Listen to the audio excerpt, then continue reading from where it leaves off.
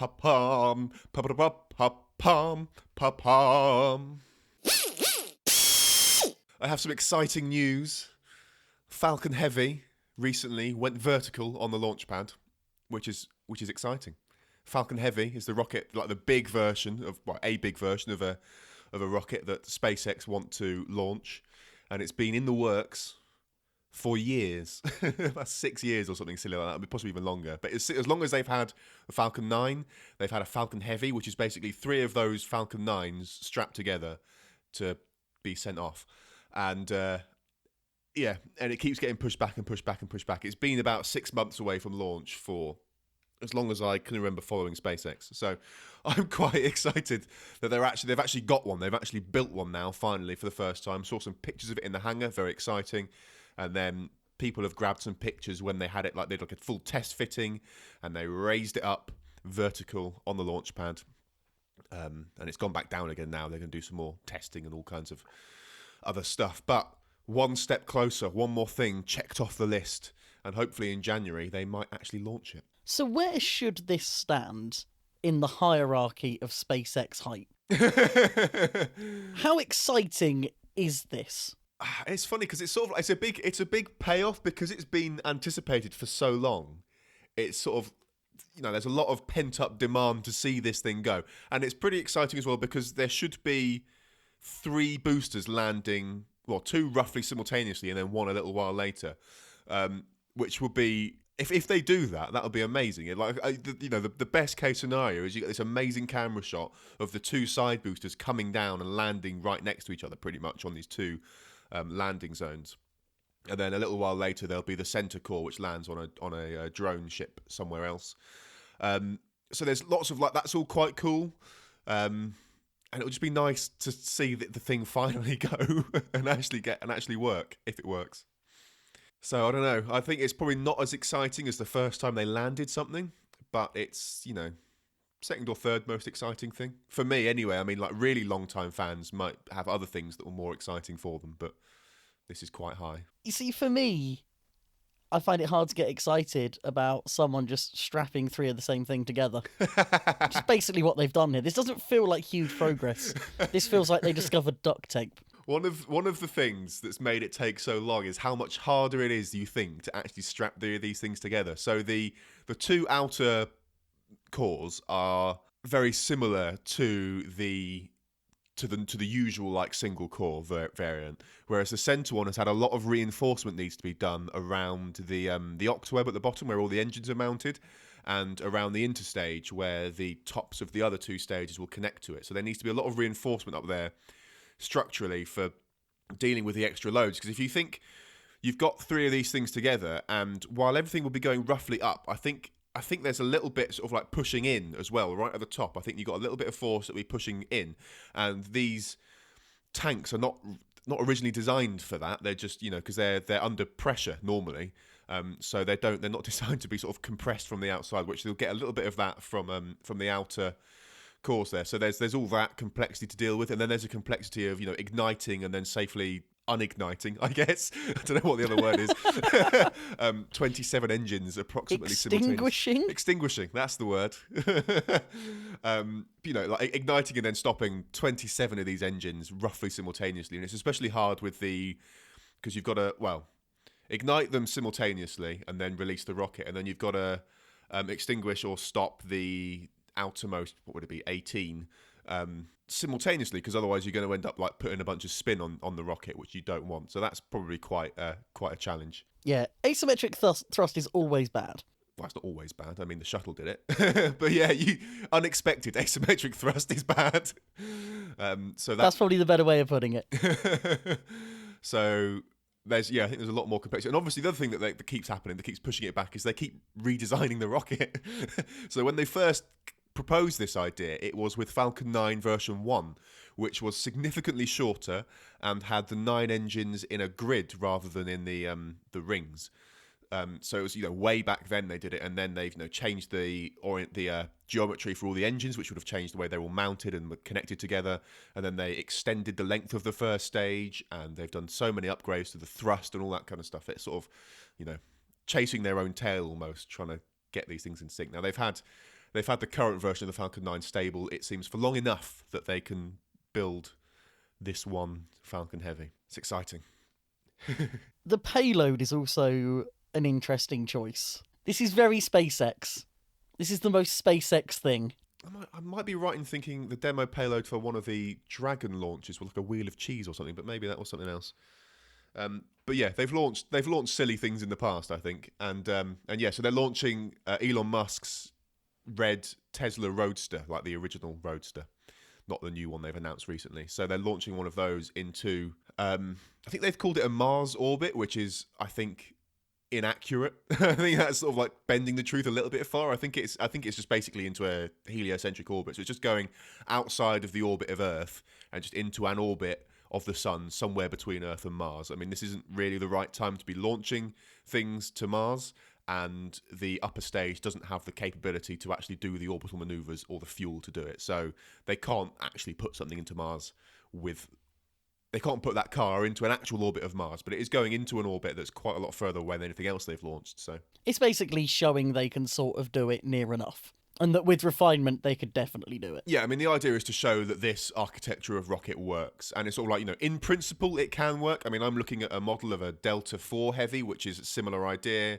and Russia does this quite a lot. I mean, this is a similar idea to the Soyuz, which is 4 liquid boosters attached to a center core, and then they've got, I think it's like Proton that's got even more. I don't know. I'm not too sure. Like I don't follow the Russian space program quite as closely. Historically, they've done really awesome things, but I'm not quite as up to date on it as I possibly like to be. SpaceX have done it. This is the first time they're doing it. It's the first time a company is doing it, which I think is the more impressive part of that. Yeah, fully private company, which is crazy, really, that they can do that. Crazy there's a market for it. Is that a failing on the part of NASA as much as anything that there's a market for this?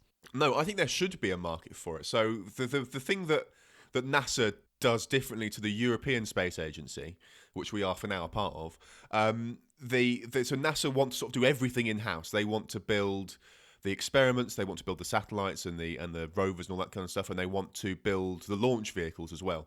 And that costs them an enormous amount of time and money. And at the moment, they haven't got a launch vehicle that NASA have built. They're working on their SLS, their Space Launch System, which might launch once or twice before it gets canned because it's a complete waste of money. So that's sort of like what they... I don't know... Well, I do know why they want to do it, because they're America and that's what they want to do. They want to build the biggest rocket they can. So there's that.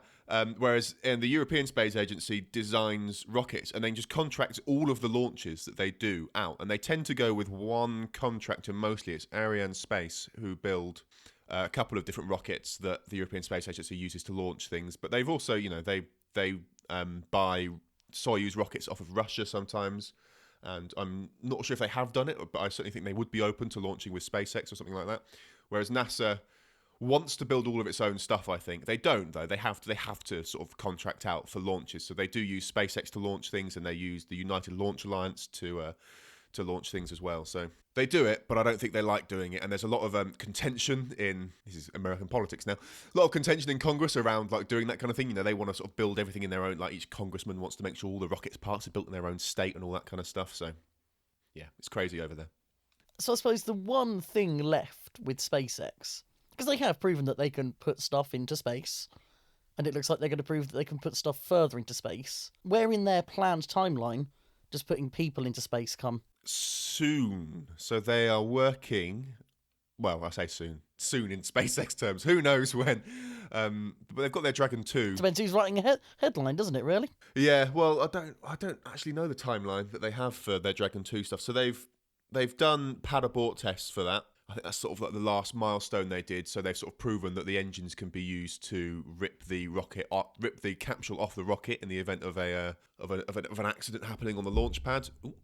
And then I think the next step for them is to prove that they can do that in flight. So I think they've got to do an in-flight abort with that thing. And then sort of like slowly but surely sort of work towards reaching whatever crazy standards NASA has set for them to be human rated. You see, that's the point that I'll be able to start taking SpaceX properly seriously, is when they start doing manned launches regularly. Because until then, I think they love to grab a headline by talking about Mars, but they are only talking that talk at the moment. You have to get people up and down again safely before you can start really running your mouth about things. Yeah, I think being able to launch people is very important, and I'm really excited to see when that happens. I think at the moment Russia and I think China will do it as well. They can launch people, but it's not there's not many launch like human rated by whatever standards their respective governments choose to do that by. There's not many human rated like launch options, which is a shame. So it'd be really cool when there's more players that can do that.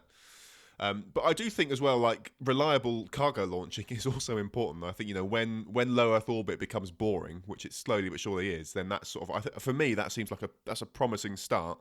When just chuck stuff into low Earth orbit, no big deal. That would be a nice milestone to cross as well. I think Elon Musk's business plan, for all of his companies really, revolves around trying to be absolutely exceptional and to do things that get people excited. And the stuff they're doing right now, they do their best to hype it, but it's not going to get people excited. And that's why they really cling on to the Mars thing. So I think for them to deliver on the hype they're creating is really important.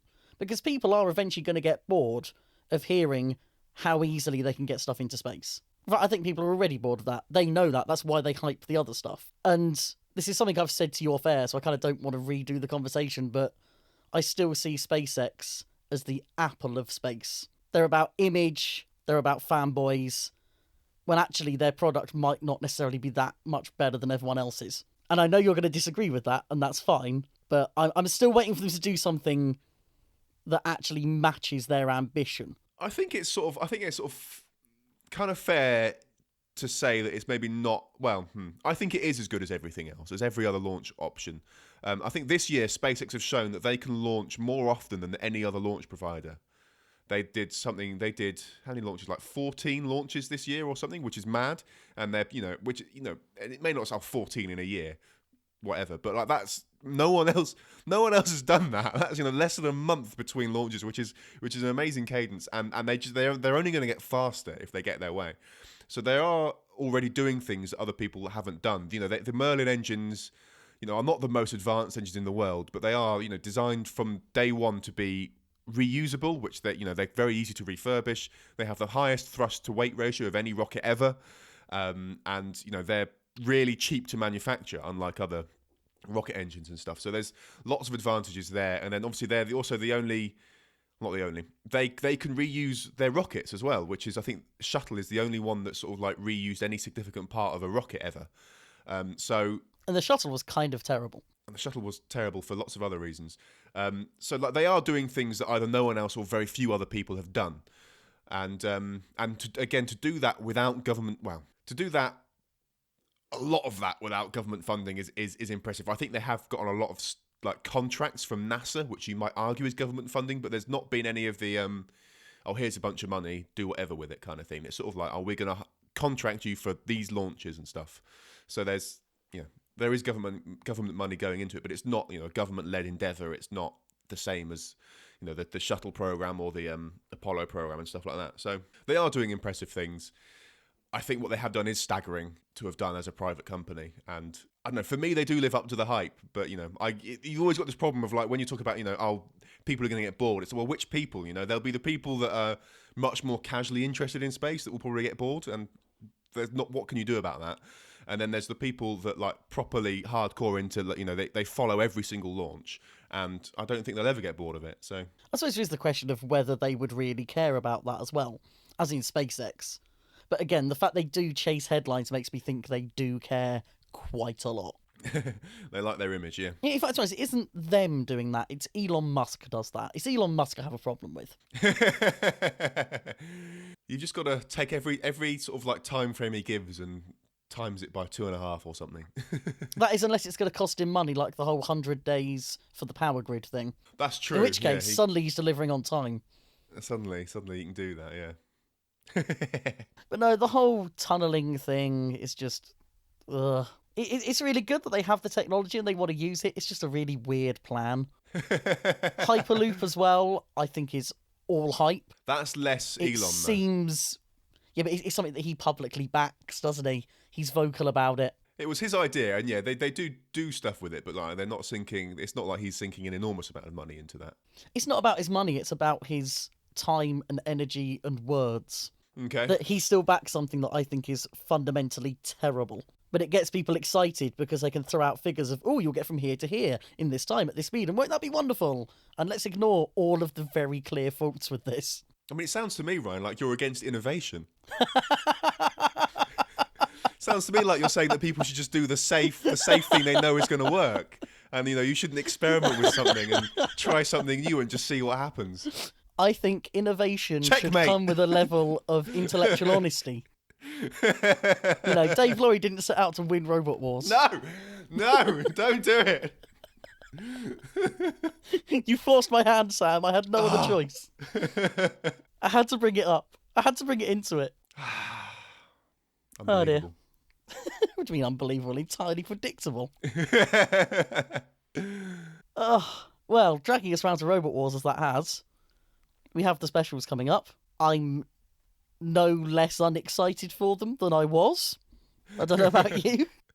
I mean, my excitement has definitely been tempered. It's definitely been brought down by you.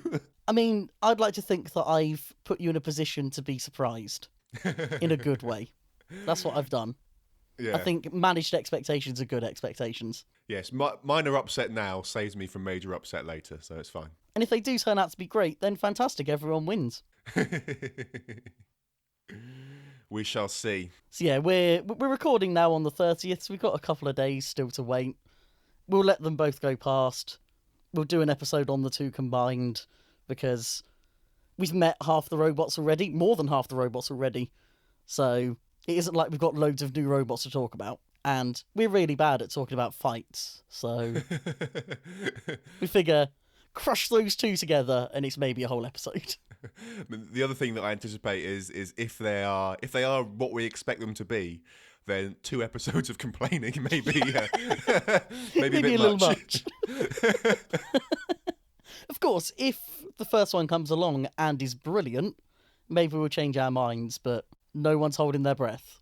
Nothing is set in stone. In the meantime, I thought I'd celebrate episode 20 by saving Robot Wars. You're going to save Robot Wars, are you? Now, of course, there is a question of whether it needs to be saved, but let's assume it does. In fact, I'm not just saving Robot Wars, I'm saving televised robot combat in general. Because, the optimism about hopefully getting a third renewed series of BattleBots has kind of died out. Quite a few people feel that Robot Wars has underperformed and may be in danger. We've got King of Bots and Clash Bots happening out in China, but we don't even know if we're ever going to get to see them. The live scene, yeah, it's strong in the UK.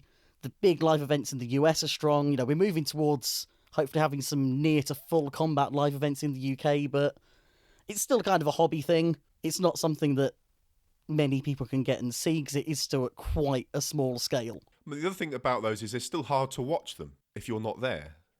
And, they are only in venues that support a couple of hundred people. Yeah. And even then, they're sort of doing it across days, and it's everyone doing it in their spare time, and they're trying to take it around the country. There's a limit to how well they can do that. They're doing great with it, but it's not an easy thing to keep going. I'm worried that we're very close to not getting any robot combat on British TV. And the answer to this that a lot of people have touted for a long time is, would someone like Netflix be interested? And for something like Robot Wars, I don't see why they'd bother, because it's a small thing, really, in the sort of world of TV. Even BattleBots wasn't a massive deal in America. So for Netflix, I don't think the audience would be big enough for them to sort of go to the effort of having to enter this world they don't understand. I just want to remind you that Netflix have funded a program called Ultimate Beastmaster, which I feel like can't be too dissimilar in terms of audience size from Robot Combat, surely. You've really hit on my idea. Oh, Ultimate dear. Beastmaster for Robot Combat. And I'll tell you why. We have a scene in the UK. We have a scene in America.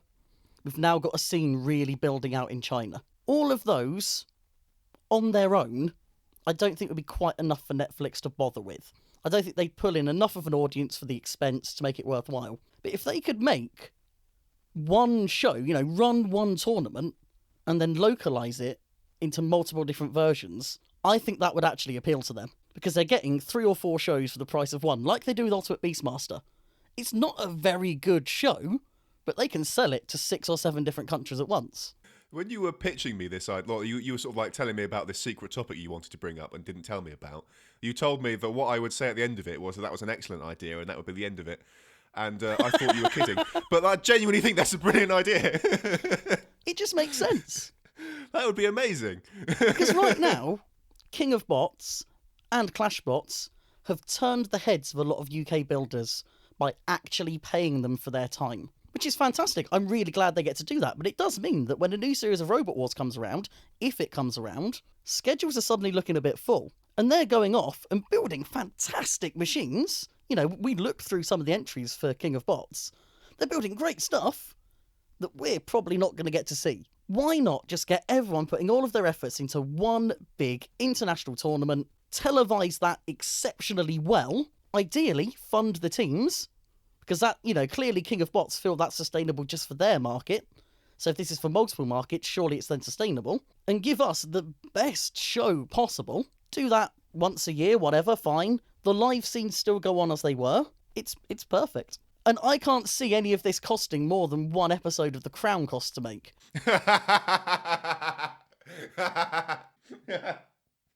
Seriously, have you seen the money they put into one episode of that show? It's a good show. I enjoy it, but Is that? it's millions per episode. Hannah was watching that yesterday. Has that got? Who's the guy that plays Churchill? I can't take him seriously. Oh, I don't know who plays him, but it's got Matt Smith in it. But the guy that plays Churchill was one of the there's an old TV show called Third Rock from the Sun.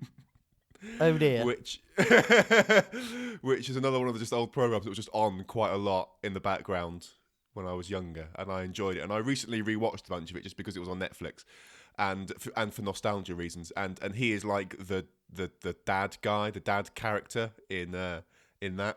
And I can't, I've only ever seen him as like goofy characters. And I can't take him seriously. It's Churchill. He does a very good job as Churchill. I'm sure he does. The thing is, I'm sure if you don't have that background of the other things he's done, I'm sure he's doing an excellent job of it. But because in my mind he's just that guy from Third Rock from the Sun, I just can't take it seriously. Your suspension of disbelief is quite easily broken, isn't it? Yep. Yeah, the only downside I'm seeing with my Ultimate Beastmaster of Robots idea is that it wouldn't leave room for the jellyfishes of this world. And that does make me kind of sad. Oh dear, what a shame. However will we cope? You know, I'm often here fighting for the little guy, saying that there should be room for new, slightly inexperienced, slightly out there teams in Robot Wars.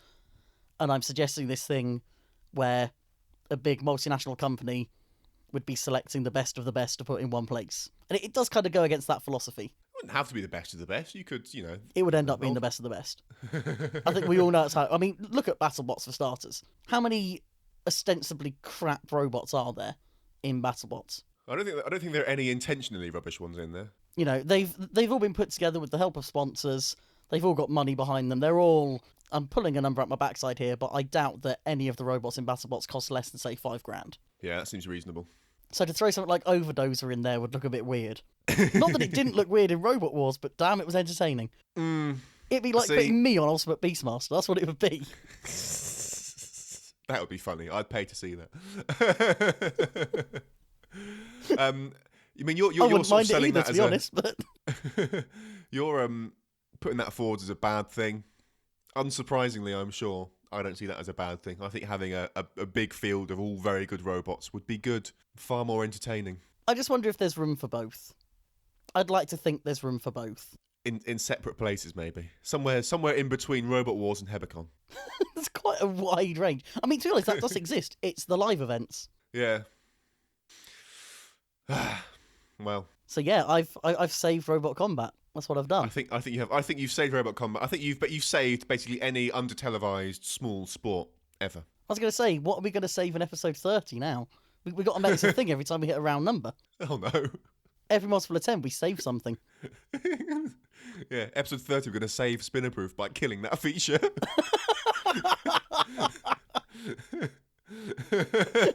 I mean, we've already saved podcasting, right? Yeah, podcast. It was dying before. Yeah, we got involved. that it wasn't on the industry. up and up at all. Saved podcast. podcasting. Ridiculous. But we haven't actively made it worse, I hope. That's good enough. Should we continue saving podcasts and do something that no other podcast has ever done ever and discuss a film? To be fair, no Robot Wars podcast has ever done it. There's probably a reason for that. Breaking new ground. Well, we threatened last time, didn't we? We threatened to do this. And I was worried that I'd come away with not enough opinions for a podcast. That didn't happen. That didn't happen at all. So since the last time we spoke, you've gone and watched Star Wars: The Last Jedi, which is what we plan to talk about for a little while now. So if you've not seen that film and you don't want to have spoilers for it, then you can safely stop listening. Yeah, this is now it. This is it for the rest of what we're doing here. If we had a retention graph, I know it would fall off at this point, and I'm okay with that. You've had your 20 minutes of SpaceX coverage and your 5 minutes of Robot Wars, and now... That's what everyone's coming here for. And now we move on to Star Wars. I mean, yes, it was only 5 minutes of Robot Wars coverage, but we did save Robot Wars. We did. Well, I say we. I shouldn't say we. Ryan, you saved Robot Wars. So, that was a monumental moment. When the medals are being handed out, I'll let you have one. That's very kind of you. It's got to be smaller than mine and not shiny, though. The equivalent of Reddit silver. Oh, dear. Oh, dear. Boom. So, yeah. Spoiler warning. Spoiler warning. Spoiler warning. Spoiler warning. That's all now dealt with. We can now dive into this head first. We can. So, do you have any opening statements, any overarching thoughts and feelings or caveats you want to get out of the way before we dig into it? I think the most important thing I can share first is just my philosophy on Star Wars, which is that you can make something that is a good film. You can make something that is a good Star Wars film, and I'm at this point fairly certain that those two things are mutually exclusive. Good Star Wars is bad filmmaking. It's all about plot armor. It's all about stupid odds constantly being defied. It's bad guys that can't aim. It's overblown bad guy dialogue. It's using the Force or a droid to solve basically any problem, whether that makes sense or not, because why not? It's action, it's visuals, it's good and evil, it's simple, and in story terms, it's some of the worst writing you could possibly get, and that is fine because it's Star Wars. It's also big wipes instead of cuts. Yes, it's really cheesy editing. It's everything like that. I think The Force Awakens was the closest we've got to something that was a good film and a good Star Wars film, but not quite, so my theory is still intact. I think the prequels are in danger of being good films, and that's why they're bad Star Wars. I heard you have a physical Did you just utter reaction. the phrase? Did you just imply that the prequels are good filmmaking? I think a lot of non-Star Wars fans enjoyed them as films. Are you? I'm basically doing this because I know you can't respond at this point. That's the way we've agreed to do this. I'm going to get through my opening statements. The Last Jedi is not a good film and not a good Star Wars film. It isn't even bad. It's not even overtly bad. It's just... It just exists. It's just there. It's missing the mark on feeling like Star Wars, even though it has a lot of Star Wars stuff there. The Force Awakens felt right because it was basically just a remake of A New Hope, and that was fine. That worked. The opening 2 acts of this film are absolutely terrible. The 3rd act almost saves it. Almost. But it doesn't get close enough to actually doing it. Well, those are some pretty extreme opening statements. Please don't tell me yours is going to be more moderate. I'm a moderate man. Surely you know this about me. Not when it comes to Star Wars. I enjoyed watching this film while I was in the cinema, and the more I think about this film, the less I like it. So I guess my sort of caveat to this is I'm probably going to complain about a lot of stuff. But I just want to sort of try for my own sanity and just in general, I enjoyed watching it. While I was sat there in the cinema, I was taken in by it. I was all tense in the right places. It was, it was good, enjoyable, and that's that. But yeah, there are there are problems with this with this film. Those sort of like, that's sort of the context, I guess, for where all of my thoughts are going to come from. Something I should probably sort of point out right now as well, that you are a much bigger Star Wars fan than I am. I think you have a much greater attachment to the lore than I do. I enjoy Star Wars films a lot, but I'm not too heavily embroiled in the background to it, if that makes sense. You know, you name all of your devices after planets from Star Wars. Don't tell people that. Sorry, Sam definitely doesn't name all of his devices after planets from Star Wars. You know, you are way more interested than me, and I think there are things in this film that didn't bother me that I'm sure bothered you a lot more. And I think you're going to be annoyed when I don't care about them.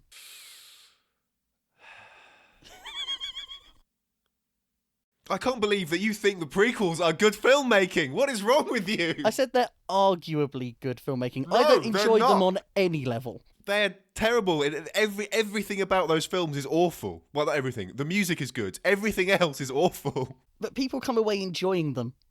And they're wrong to do that, but they do. The only people that don't like the prequels are people that really like Star Wars. The general audience loves They're them. just bad. Episode 1 is about politics, for God's sake. I mean, how can So anyone are enjoy lots that? of films. Yeah, but not like sci-fi. You can't. Let's make this very clear right now. Star Wars is not sci-fi. Star Wars is fantasy. Yes, it is. In sci-fi, the technology and the science is integral to the plot. In Star Wars, it is all about characters. Is Star Trek science fiction? Yes, to a degree. Their spaceships are powered by crystals. My case is rested. Star Wars is sci-fi. What is the main plot device in Star Wars, Sam? Magic and crystals, but then there's the same stuff in Star Trek. Like, it's sci-fi. It's sci-fi fantasy, whatever. It's not important. No, Star Wars is a film about a religion. Or a series of films about a religion. It just happens to be set in space. It's a space Just opera. because there's There we pew go. pew lasers doesn't make it sci-fi. It's sci-fi, space opera, It's fantasy. type things, whatever. It's fantasy set in space. Okay. Think what you want to think. Can't be bothered to argue I'll with you think the about truth, you think what you want to think. We really don't have the time for getting embroiled in discussions other than the film itself. It's going to be enough on this. I kind of want to start with what I thought was good, Okay.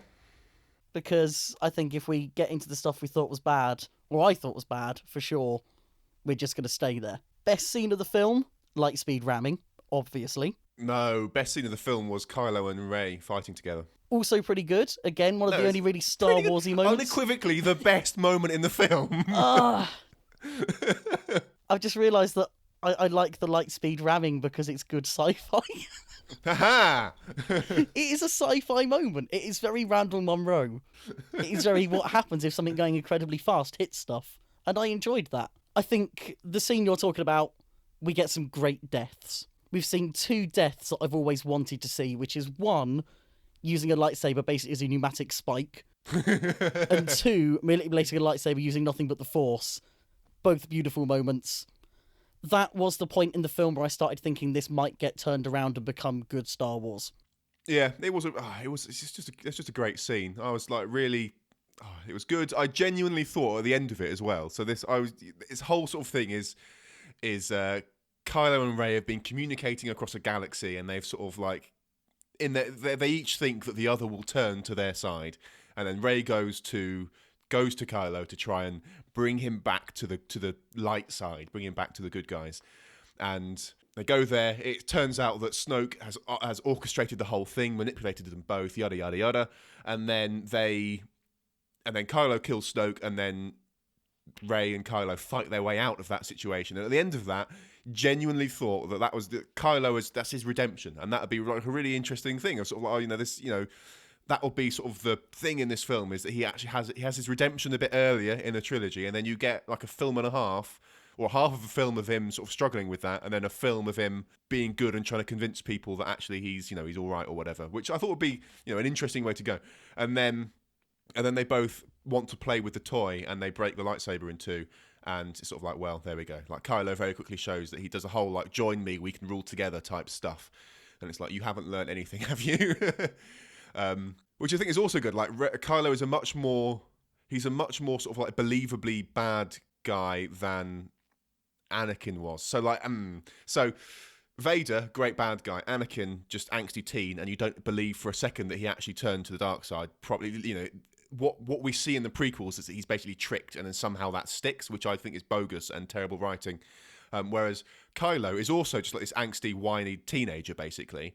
But he's also like believably committed to doing what maybe he views as the right thing, but like of being the bad guy or whatever. And it's sort of, I think that's, I'm really sort of pleased to see that they've got like a bad guy that you can actually sort of know a bit about, you can relate to him a little bit, and it's just sort of like interested in what happens to Kylo, like in a way that wasn't true so much, I don't think, with Vader, at least in the earlier films of that. So I think it's quite it's cool, and it was just a great fight as well. The whole scene was great, them working together, and it was glorious. And I love Kylo's lightsaber. When we first saw that trailer, like way back in the day, the first sort of like shot of that from the trailer for The Force Awakens, I was like, I'm not so sure. Like, it's a funny looking thing, all ragged edges, and it's got the crossguard thing. I was like, oh, whatever, we'll see how it's like. And we didn't see too much of it in The Force Awakens, but in this, it was like, I love the way it looks, and I love the way it sounds, especially. Yes. Like, the sound of that thing igniting is glorious, and so cool.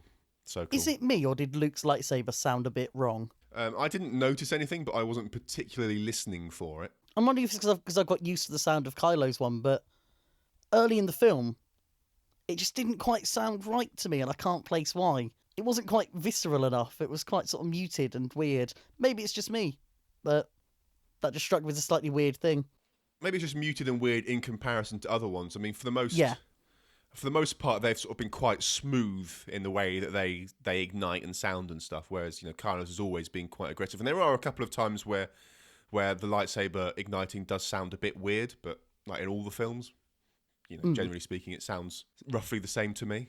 I must say, you've sort of spoken a lot about Kylo there. I think that Adam Driver is the highlight of this film for sure. He has been amazing in this, and I think the fact that they've let the character ditch the mask so that he can actually act was a very good decision.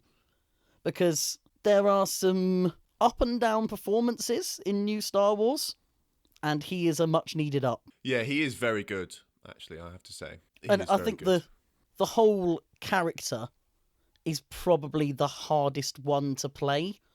I think playing someone like Hux or Snoke must be quite easy because they're extremely one-dimensional. Well, although I don't know, maybe it's easy to play crazy. I'm not an actor, I don't know, but I think there's a lot more nuance involved in playing Kylo than anyone else. Yeah, I mean, Kylo, unlike I guess the other bad guys that we've sort of seen, he's not just a straight I'm an evil person type thing. Like he shows conflict in what he's doing, and he does a very good job of portraying that just in his face, I think, and the way he talks and all that kind of stuff. Like you do believe that he's got that turmoil inside of him about what to do and what's right, which, yeah, I think he portrays that very well, and I think that's a very cool thing to see in Star Wars as well. That sort of bit more of a grey area, which maybe, to your point earlier, maybe that makes it less of a good Star Wars film because it's not this black and white good guys, bad guys thing.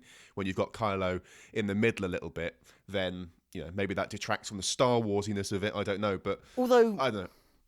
Conflict between good and evil within a person is very Star Wars. Yeah, and I think what we've got with, and I'm going to struggle with this, is the First Order. I'm going to keep calling them the New Order because I just have visions of them doing an England World Cup song in 1990 for some reason. It's in the original trilogy we had the Empire and Nazis. I feel like with the First Order we've got a kind of North Korea vibe. There's a sort of indoctrination of Kylo, I kind of feel. I wouldn't have said that. I was still very much feeling like they're evoking the Nazi imagery, but imagery, yes. I mean, it could be because this is just what's current in my mind, so I'm kind of applying it to this. But also, the term Supreme Leader being used doesn't exactly help. No, that's true. Supreme Leader. Oh dear. Yeah, it just has that vibe, which again is a good continuation of Star Wars tropes. And I think that the First Order, for the most part, work as a group of villains. Yeah. But I think we've lost a lot by actually seeing Snoke. Snoke was just terrible. The complaining begins now. So, Snoke really worked as basically a figure on well, not on a screen, but you know what I mean. If I'm going to continue this analogy, he's the sort of person that you imagine being projected on a big screen in a dystopian town centre in future, sort of just laying down the propaganda. I don't think Snoke has ever worked. My problem with Snoke is that he just comes out of nowhere. It's like, who is Snoke? And this film tells us it doesn't matter. He's dead, and it's well, brilliant. But like, where did he come from? How is it that he's suddenly in charge? Surely there were people like under the Emperor who would have sort of tried to regain control of the Empire. That maybe we know. It didn't need to be someone that we know before. It didn't need to be like one of the officers that we've seen before, anything like that. It just needed to be, they just needed to drop a line in somewhere explaining who the hell Snoke is. And, is Snoke Force sensitive? I assume so. No, he is, yeah. Well, he does very that. clearly is. Sorry, I'm sort of still in the headspace of The Force Awakens where it's less clear. But yes, it's sort of like, where did he come from? Did the Emperor train him? Is he just some like dude that figured out how to use the Force on his own somewhere and has seen, the Emperor's gone, let me go and just form the First Order out of it or whatever? It's like, and the complete lack of backstory for Snoke is infuriating to me. And then in we see him like in this one, and it's like he's just a normal looking guy. Like in the Force Awakens, he's like the massive projected head, and it's like, well, either he's going to be a huge alien or he's going to be a tiny alien. That was my thinking. It's like he's either absolutely tiny, like the size of Yoda, and then overcompensating, or he's actually massive and just portraying himself as he is. But he's not. He's just a normal person displaying himself as a massive head for some reason, and not even a particularly well animated person as well. That's the other thing that really bothers me about this film and Rogue One as well, where the CG for humanoid figures is awful, and I don't know why it's awful. You see, I quite liked the visual of his head because it at least maintained expressiveness. Whereas when we've been talking about Star Trek, we've been really complaining about, prosthetics, meaning that actors can't act. So at least Snoke can show some emotions. I think as a character, he's really weird. I'm completely fine with what he looks like. So my complaint about the CG is just the execution of it. It's so obviously CG, and that really does kill it for me. And they had this problem even more so in Rogue One, where they've got like Tarkin and Leia that they've got in CG, and it's just like, which I didn't notice until I've told afterwards.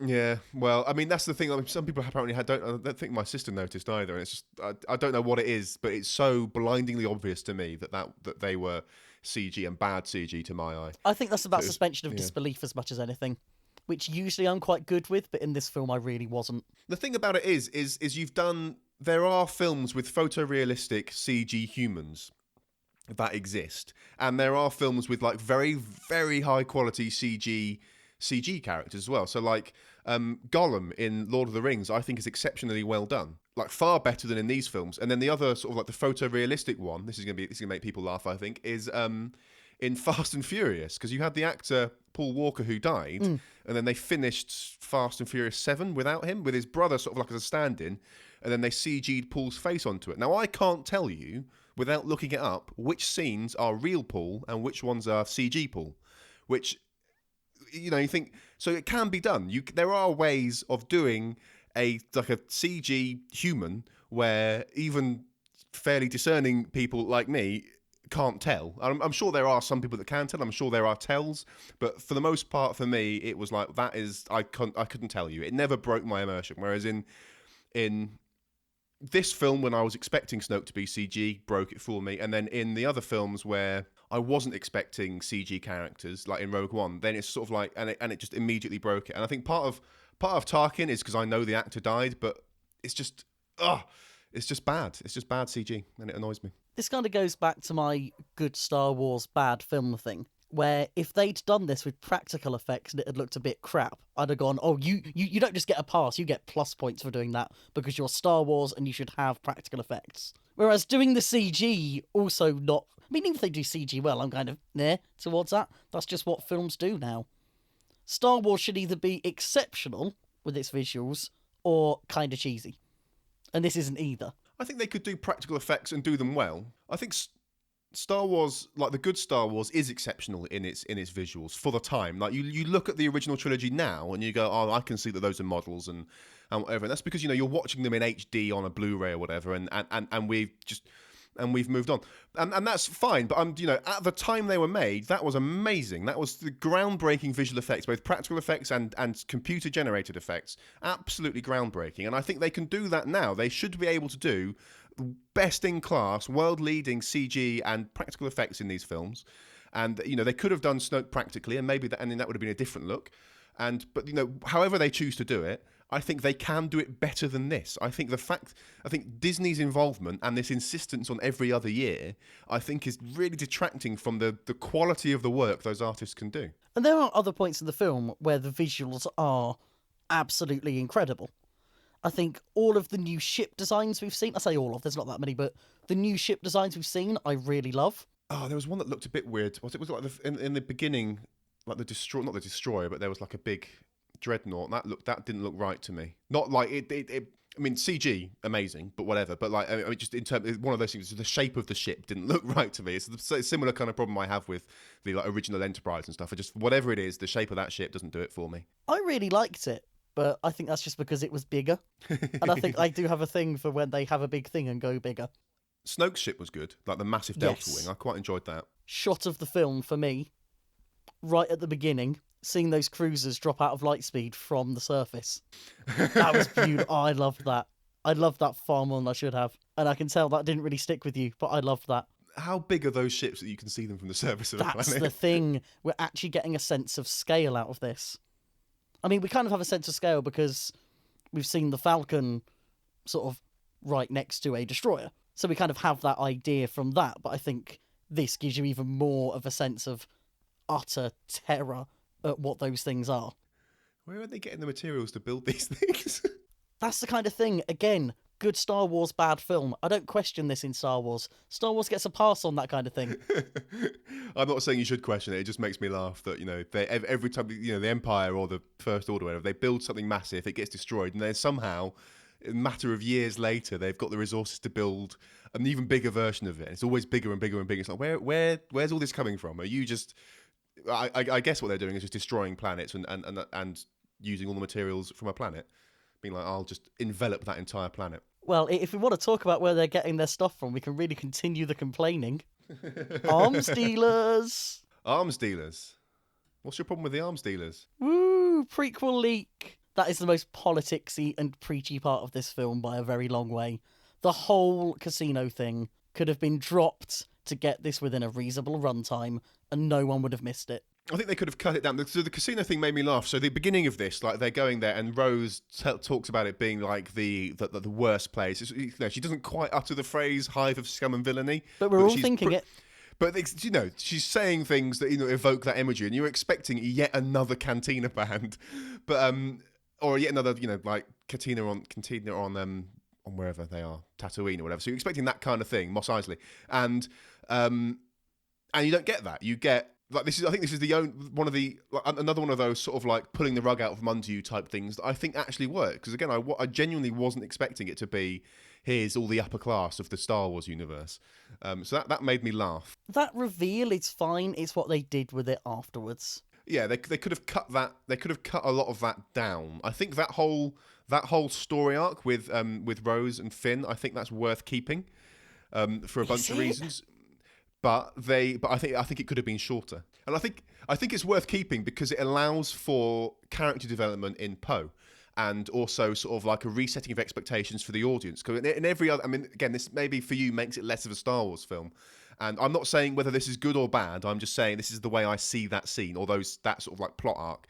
Is you've got Poe being a bit too rebellious in the rebellion. He's sort of like taking over the ship and stuff, being like, no, we're going to wait for these guys. They're going to come back, and Poe and the audience fully expecting Rose and Finn to come in at the last minute and save the day, because that's this is what you'd expect. It's a Star Wars film and all that kind of stuff, and then they don't do that. They don't succeed, and it's sort of like, and it's showing the audience through Poe, I guess, that the good guys don't always win. Sometimes things go wrong, and that leads to a changing character of Poe. Now it's very abrupt. I think they could have spread that out a little bit, but you get that development from him.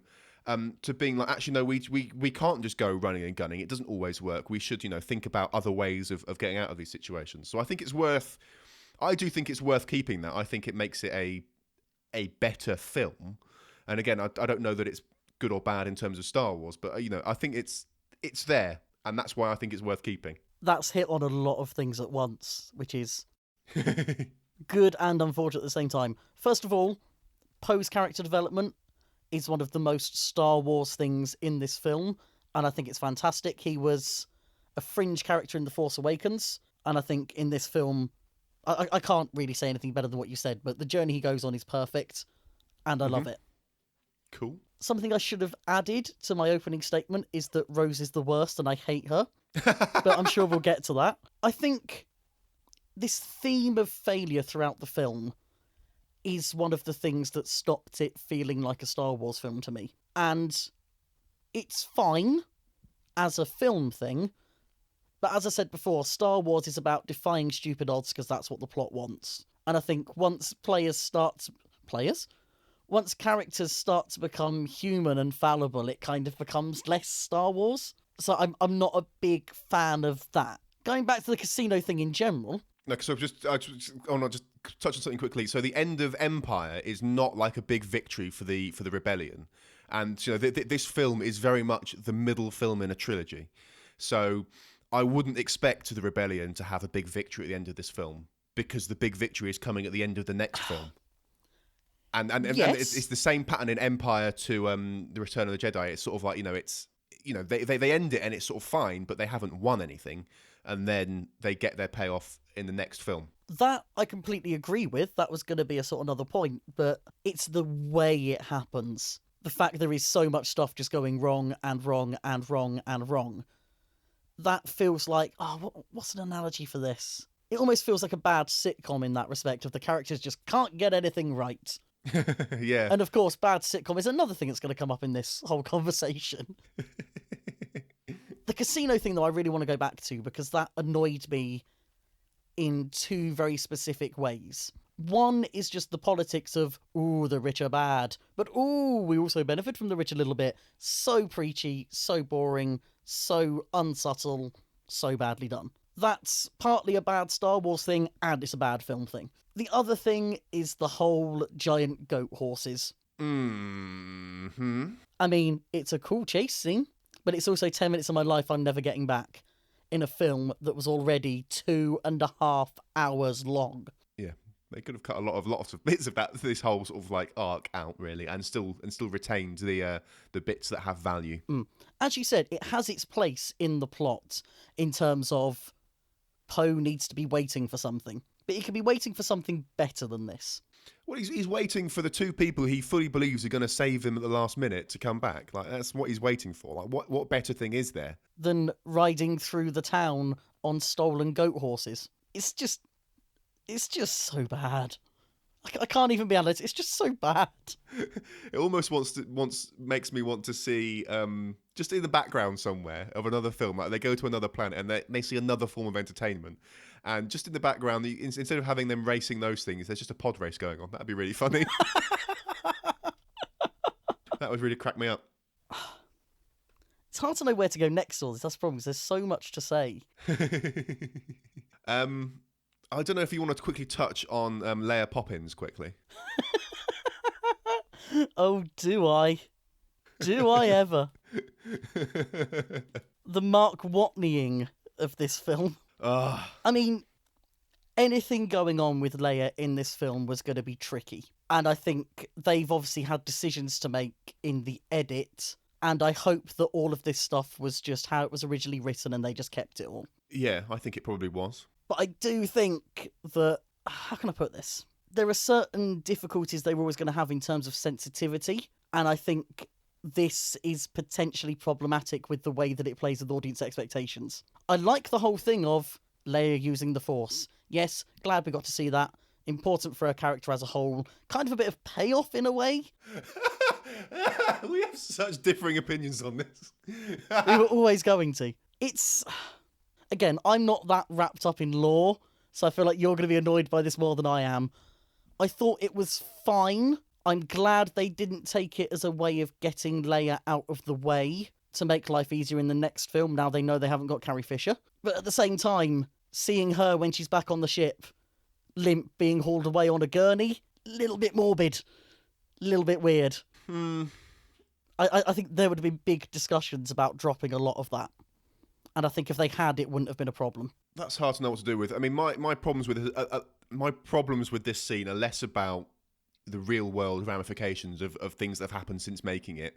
It's more about in-universe issues I have with this, and it's in terms of the filmmaking, how you could get the same thing without doing silly things. So I refer to this scene as Leia Poppins because obviously she uses the Force to drag herself back to the ship after she gets blown out by a thing. So the whole scene, I guess, is you've got Kylo that debates whether or not he's going to shoot his mum, and then he chooses not to, and then someone else comes in and does it. Which, by the way, I loved.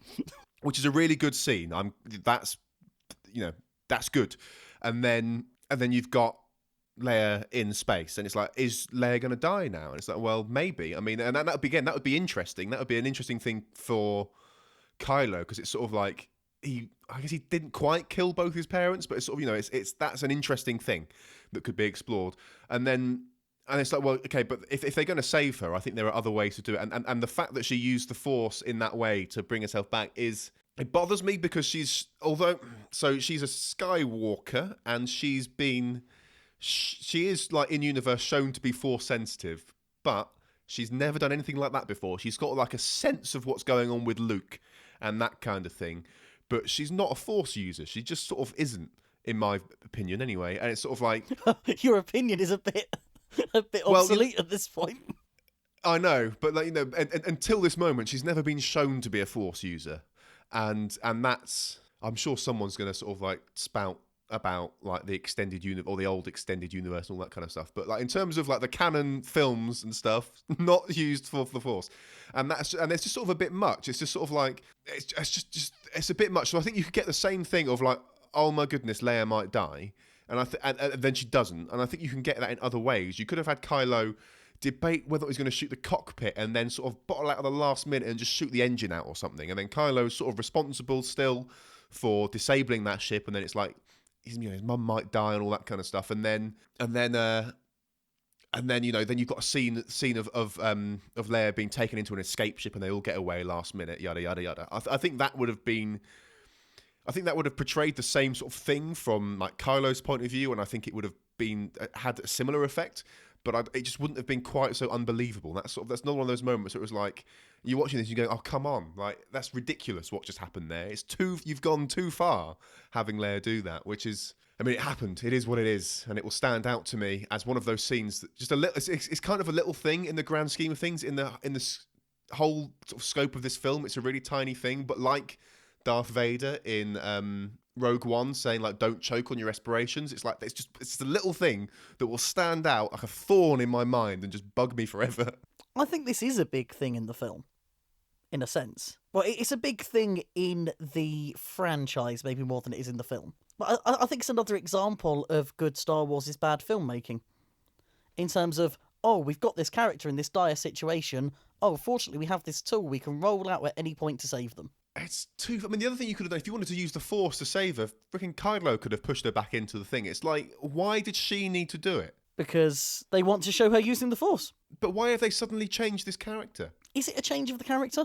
It is. I genuinely think it's a fundamental shift in that character, because it's like, again, like she's got a connection with Luke, and you sort of think, oh, maybe, but like she's had, as far as we've ever seen, she's had no training, and she's not shown herself to be so apt with it that you sort of see later on in this film a couple of see a little kid sort of like instinctively using the Force, and you would sort of assume that happens in this universe, but you've never seen Leia do it, and it's just weird that all of a sudden out of nowhere, when she's in a vacuum and dying, that she suddenly can use the Force to bring herself. I don't know. It was just too far. That seems like the obvious time to suddenly be using the Force when you're about to die. It's kind of Force adrenaline almost, isn't it? This idea of you have this innate ability you haven't tapped into. When's one of the times you're most likely to tap into it? When you're in extreme peril. It's too far. It's too far. She does it too calmly. It's too perfect, and it bothers me. I think the execution of it in terms of, the fact it's all happening very slowly and calmly, that I do think is a bit missing the mark. I mean, think the first time we see Rey use the Force to manipulate an object is when she's with Kylo and Finn. Finn's just been taken down and she kind of force grabs the lightsaber. That's the sort of situation we're used to seeing this happen to people for the first time. That sort of panic stations, do the thing quickly, almost not thinking about it. I think showing it as being a kind of calculated and planned, calm thing is a bit weird, but not so weird that I'm going to get annoyed about it, not so weird that it felt incongruous when it happened. That was one of the points in the film that hurt my suspension of disbelief least. Although I was fully expecting her to come back through that airlock, brush herself down, make a bad pun and walk away. Because that's how the film was going at that point. The humour in this film is infuriating. This just film, so annoying. This film is incapable of sincerity for the first 2 acts. This is true of all sort of like Disney-funded action things now. So the film that this really stands out to me, that's really obvious and so irritating, is in Thor Ragnarok, which is where, for me, it was really hit me like a sack of bricks. Disney Marvel or Disney Star Wars, they cannot take themselves seriously, and they've taken it too far. So I don't know if you've seen that film, Ryan, but every single time there's a possible moment of sincerity, they do what they did in this film, which is suddenly pull the rug out from under you, slap you in the face, and be like, "Ha, only joking. Here's a funny for you," and it completely prevents me, and I think it probably completely prevents a lot of people in the audience from actually engaging with these characters on an emotional level. Yeah. Because every time you do it, every time you allow yourself to be suckered in by these people, they punch you in the face with something completely unnecessary, and it's just. It bothers me, the whole Hux thing at the beginning, when the whole can he hear me, can he hear me? It's just like, why are you doing this? It's not even well done. It's not well done, and we haven't seen much of Hux, but I don't think he'd engage with that. He would just, I don't understand why he'd keep trying to have the conversation. I just, in my mind, he'd just be like, well, whatever, and then shoot him or something. I don't, it's just. It's forced and weird and irritating, and I sort of mentioned it earlier with like Vader doing the "don't choke on your aspirations." It's just like an irritating pun that doesn't fit in with his character, and it's this kind of Disney sort of American humour that I don't like, and it's increasingly obvious in these films, and it's not right. You know how sometimes when you're at the cinema, there's an advert before the film that looks like a bit of the film and then descends into some really cheesy skit about turning your phone off. Oh, yeah. That's what that felt like. And the worst thing is, it does fit with Poe's character. He's kind of done the whole joking under pressure thing before when he first met Kylo at the beginning of The Force Awakens, with the whole "it's hard to understand you through the mask" kind of deal, or whatever Who it talks was. first? That's funny, because when that happened, I didn't like it very much. It was like, well, this is a weird thing. It felt like that American Disney humour. But you're right. Like, if it's just Poe doing it, it's kind of fine. It's just his character, and that's all right. But it's when everyone's suddenly doing it in this film, that's not. I was going to say, in this case, I also wasn't happy with Poe doing it, just because it's too early to be doing that kind of thing.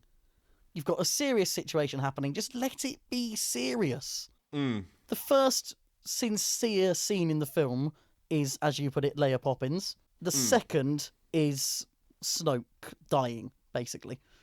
We have all that time in between where nothing truly sincere happens. It feels like in the writer's room, from the very beginning, they had a list of objectives up on a whiteboard, and one of them was make memorable GIFs. And then also make cute stuff to sell merch, but they've always done that, so you kind of give them a pass. Those things that...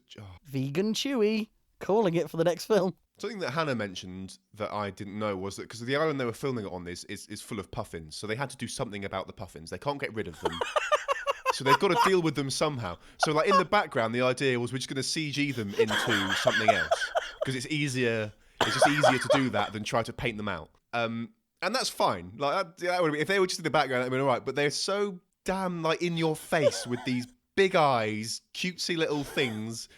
It's just like as if Chewie would even care about that. It's just it was too much. It was too much. It was like in small doses, fine. I'd move on. I'd forget about it. But like, just too much. What are we gonna do with all these puffins? But of course, that isn't the worst part. Sorry, I can't do this. That isn't the worst of the indigenous wildlife on this island, is it, Sam? Oh yeah, we learn the origin of blue milk. Is this the origin of blue milk? These things look aquatic. It's an origin of some blue milk, I guess, isn't it? Because let's face it, these things probably ain't living on Hoth with their flippers next to the sea on a cold, rainy island. Luke grew up on Tatooine, mate. What are you on about? So yeah, what? I knew what I meant. See, this is the thing. You only remember that because it's probably the name of your laptop or something. I don't think I have anything named Tatooine, actually. Oh, that's surprising. I imagine that's too mainstream for you. That's surprising to me as well. I wonder if there used to be something called Tatooine that I've since got rid of and haven't recycled the name yet. But you know what I mean. Desert planet, aquatic animal. It doesn't seem like the best way to get hold of your milk. No, maybe they import it. Who knows? They import it all the way from random Jedi Island. I mean, we know about all the trade routes and stuff. Good filmmaking. Terrible filmmaking. Again, that was GIF central. That whole scene. Well, I say that whole scene. It was a shot, 2 shots. But that again was just, let's take a beloved character and destroy them. Luke was weird in this film. So the Luke that we see in this film is not the Luke that we last saw in Return of the Jedi, and it's not the Luke. And you think, well, it's not going to be the same person because a lot of time has passed. But it's also not the Luke that I imagine anyone thought that he would become. And while it's sort of it's very in character, I think, for like a Jedi Master to have some kind of failure and then run away.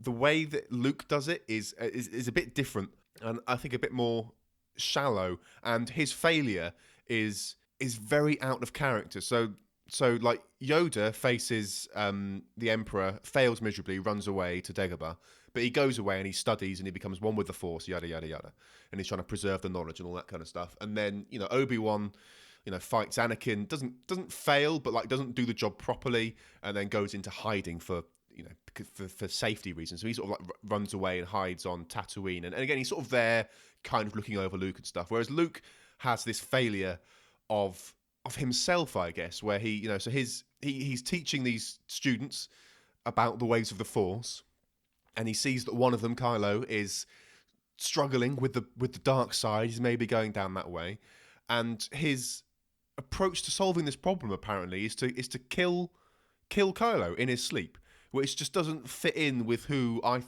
think or thought Luke was. And then he doesn't go through with it. He sort of realizes what a terrible idea it is, and then properly shuts himself off from everything. He runs away from the universe, and as Rey learns, he cuts himself off from the Force as well. He just completely disconnects from the universe as far as he possibly can, which is, it's sort of like I want to say it's like a cowardly thing to do. And he sort of says that he goes there. I don't know. It's just not the Luke that I thought he should be. I think it's tricky to look at that whole incident where he maybe does or maybe doesn't try to kill Kylo, because we've seen 3 different versions of it, and there's no this one is the truth. And I think that was a really good little device within the plot. I really liked that. Yeah, it's called unreliable narrator. That's the plot device there. Nice. And again, I really like that. I thought that was a very cleverly done part of the film. So I'm not going to judge him on any of the events of that, which I'm guessing is something that they realised we would do and they like, because it gives them more wiggle room. But I'm happy to go along with that. I think the idea of Luke as a kind of fallen hero works. I think that archetype works for him. And I think you've said already about the idea of redemption in Star Wars being important. It gives him that opportunity. And I'm not saying they couldn't have given that opportunity other ways, but I think taking him to an extreme works. Yeah, like extreme bad, and then he gets the extreme redemption at the end. Before we go on to that, I guess the other thing that I wanted to talk about on the island is the pit of darkness. This is funny. So like in Empire, Luke is on Dagobah, and he goes into the into a cave, and it's a cave that's apparently full of the dark side or whatever. So they're sort of like calling back to that a little bit with this big pit of darkness, and it's weird and confusing, just like the original. And I remember not understanding what Luke learnt when he went into his cave, Because when I first watched these films, I was quite a lot younger, and I just didn't recognize Luke when he was in Vader's mask. It didn't click to me that that was Luke. They looked like different people. And I assume that was just a function of the prosthetic or whatever was in there not being good enough. So it had to be. I think it was my dad that had to explain to me what that was and what it meant, and that's fine. Whereas in this one, I don't have my dad to tell me what this meant when Rey went into it, and I don't know what it means. It's just bizarre. It's just sort of like a weird mirror thing that she goes into at some point, and like what do we learn from that? I feel like that scene was there because it's essentially a part of the that didn't come out right. In terms of the films, I think that is a trope of training, that there is an encounter with the dark place, and that's the only reason it's there. It doesn't serve any purpose. It also doesn't help that the place looks a bit like a butthole. Yeah, in the Family Guy versions of the original trilogy, I wondered how long it would take. Because they're just like funny versions of it, but they do also give some commentary on the film as they're doing it. Like they point out silly things occasionally. And one of the things that I think the Yoda character in that says is, oh, this is it's boring and confusing and it kills the movie dead or something. And I think that's an accurate observation of that scene in the film. It is weird and confusing, and I think it does kill the film a little bit. And I think the same is true here. It's weird and it's confusing, and it just sort of everything sort of just like stops. It's like, well, what happened? Why is it all mirrory in there? And it's sort of like it's yet another reinforcement of, I think, the message of this film, which is that nothing matters. Nothing that you think matters actually matters. The whole thing, you're like, who's Rey? Doesn't matter.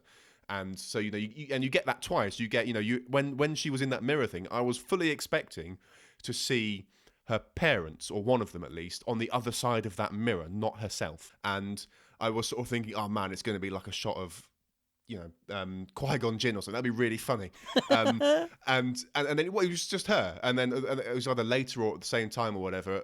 It was, Kylo goes like, you know who your parents are already, don't you? They're nobody. It doesn't matter. And I think, that's sort of like they're trying to ram that point. It doesn't matter who she is. It doesn't matter anything about it. And it's just, does anything in this film matter? No, it doesn't matter. I think lack of payoff is a theme of the film, isn't it? Yeah. I think that Luke's death is underwhelming. We're denied a really good ending for Finn by Rose, who, as I previously mentioned, is the worst. What's your problem with Rose? What isn't my problem with Rose? She is... You see, I don't like picking up Star Wars on internal logic or characters' actions too much, based on the whole good Star Wars, bad film thing. But I saved you, dummy, is the most infuriating line of this film for me, because she has, out of pure naive selfishness, potentially just killed everyone, and apparently that's fine. Star Wars is meant to be about heroes, and yeah, they just completely stripped us of that. I would point out that earlier in this very film, Poe, out of naive selfishness, almost kills the entire Rebel fleet. Yes, and that's part of his journey to becoming a better person. And I didn't like him at that time either, but at least he redeems himself, he learns. Whereas for her, that works. There's no consequence for that action. I think it was weird. I think her character, I think it's another one of those we're going to maybe play with your expectations a little bit, because I think through a lot of this, you're sort of expecting Finn and Rey to be close. And then, you've got Rose in the mix. It's like, and if they do an annoying love triangle in the next film, I'll be upset. But like an annoying one. I'm fine with it to an extent, but there are limits. Fine. She'll just turn out to be his sister. Oh, God.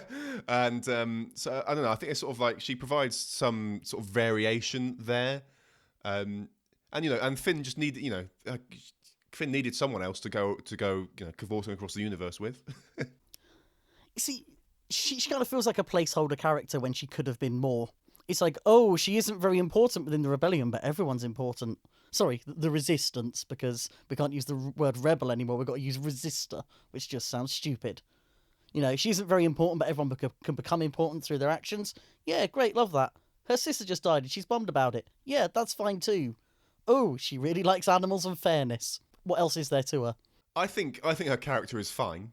I think she's as fleshed out as you'd expect a Star Wars character to be, for the most, unless you're one of the main characters. I think she's probably more fleshed out in many ways than Rey, and I think there'd be interesting things they could do with her in the next film. I don't I don't feel particularly strongly one way or the other about Rose, to be honest. I'll be happier if we never see her again. I think we're going to see her again. That's my worry. She'll be back. You know, if she actually gets some kind of proper, meaningful arc, then maybe they can, you know, redeem the decisions they've made by having her in the first place. But for a character like that, I worry that they need payoff in the same film. You can't just defer doing something interesting with them for 2 years. I think she does have an arc. I think you know, you made the point earlier of she starts out as like a bit of a nobody. She's just an engineer on this ship or whatever, and then by the end of it, she sort of like she saves one of the main characters, and I think that is a development of growth. It may not be, you know, the way it happened, you know, and the consequences of her actions and stuff, or one thing, but I think she does have that development and growth throughout the film in saving Finn, which I think, you know, if he died, then it'd be like, I think I'd be sitting here complaining about what a stupid way to die it was. But it would complete his arc. How so? Well, in terms of his sort of betrayal of the First Order would then be fully complete. It'd be fully complete had he succeeded, I guess. Yeah. Which he would have if it wasn't for Rose.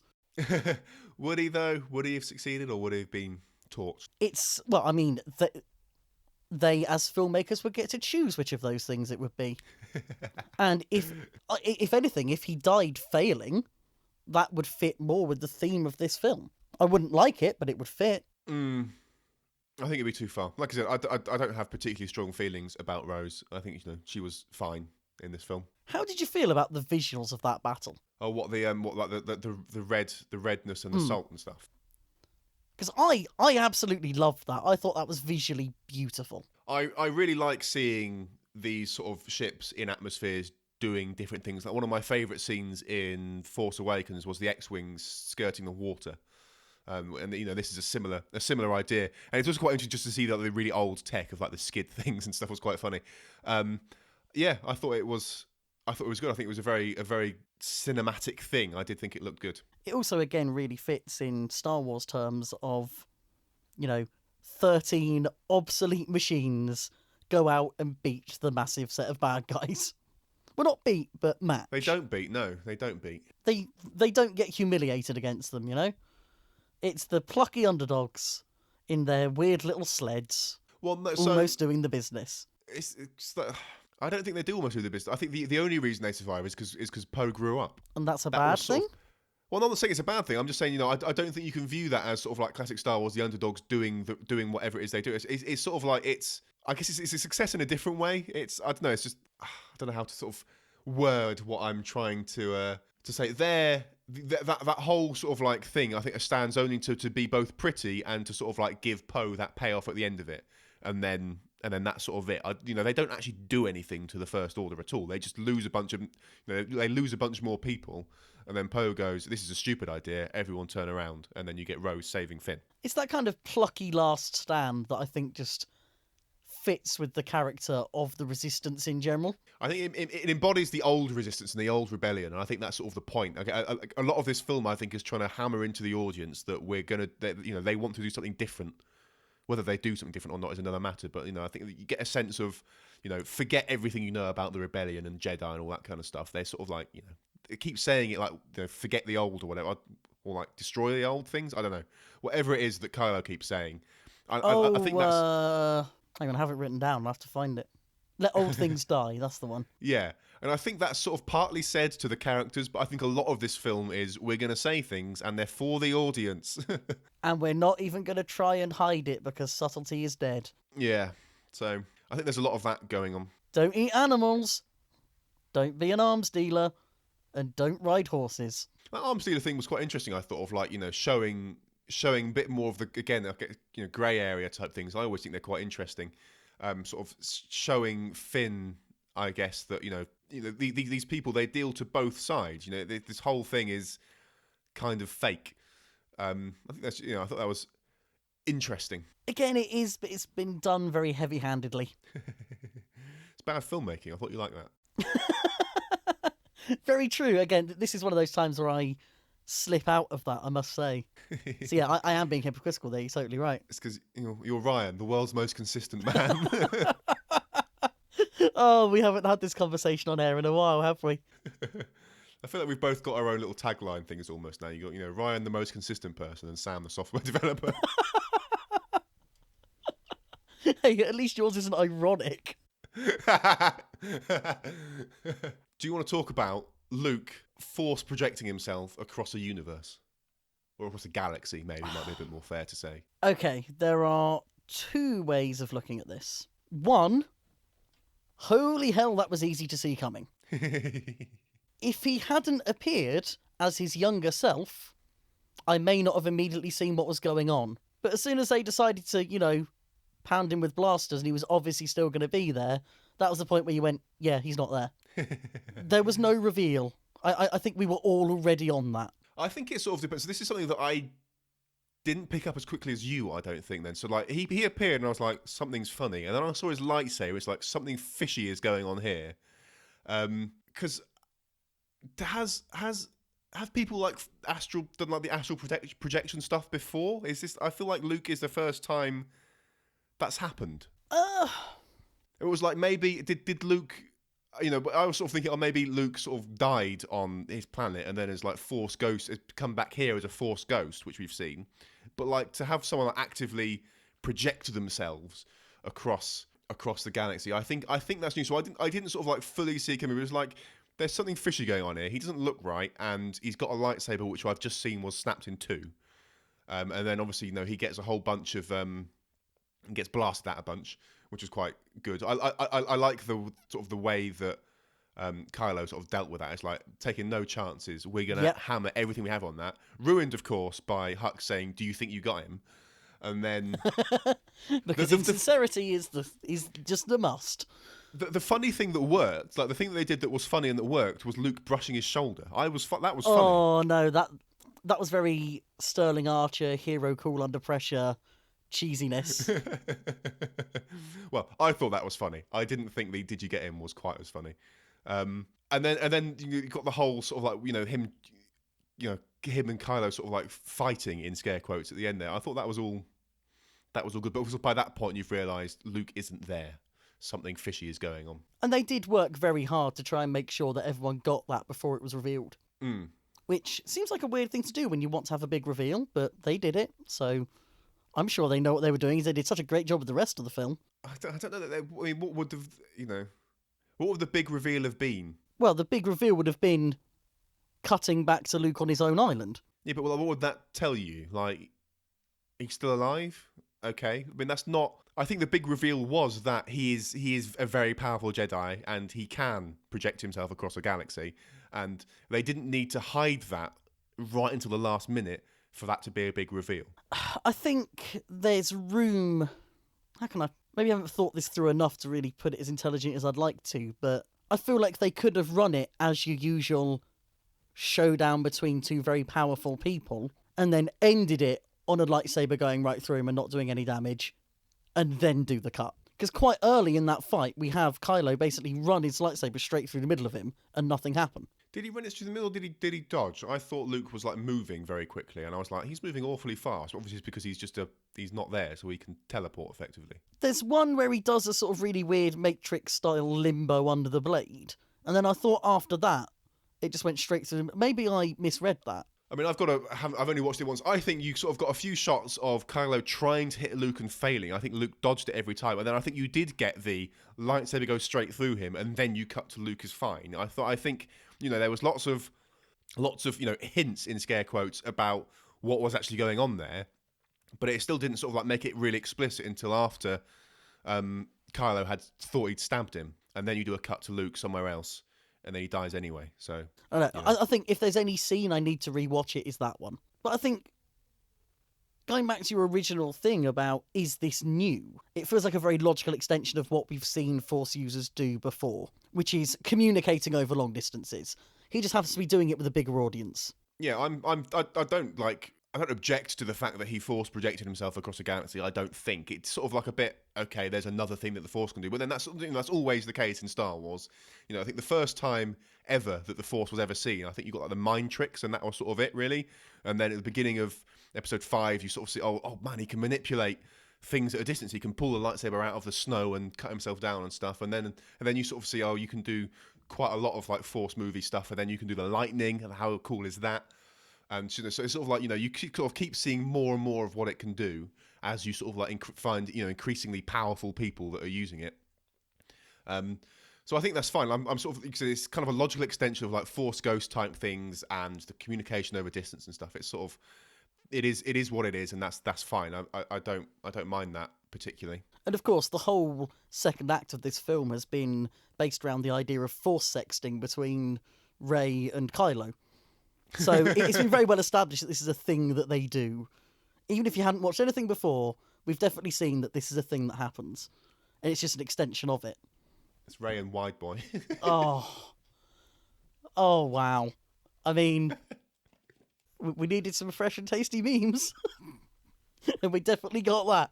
Sequel memes is taking off now. They're getting some good material. It's just... I've sort of mentioned a self-awareness in terms of trying to create GIFs and merch. I wonder if they knew. I wonder if they realised people are going to remember this and they're going to take the piss out of it and we're going to let them. Because, I mean, it turns out that I've been accidentally playing as Kylo Ren on Arc for years. It's just... Yeah. Every character creation screen in history has just gained an extra layer of meaning. Oh dear. And of course, you had to feel a bit bad for Adam Driver as well, because that's just his body. There's not much you can do about it. He looks much more in proportion if he's not got his trousers up to his chest. Oh yeah, and also like sucking everything in. Yeah. So the big overview for Kylo Ren as a character.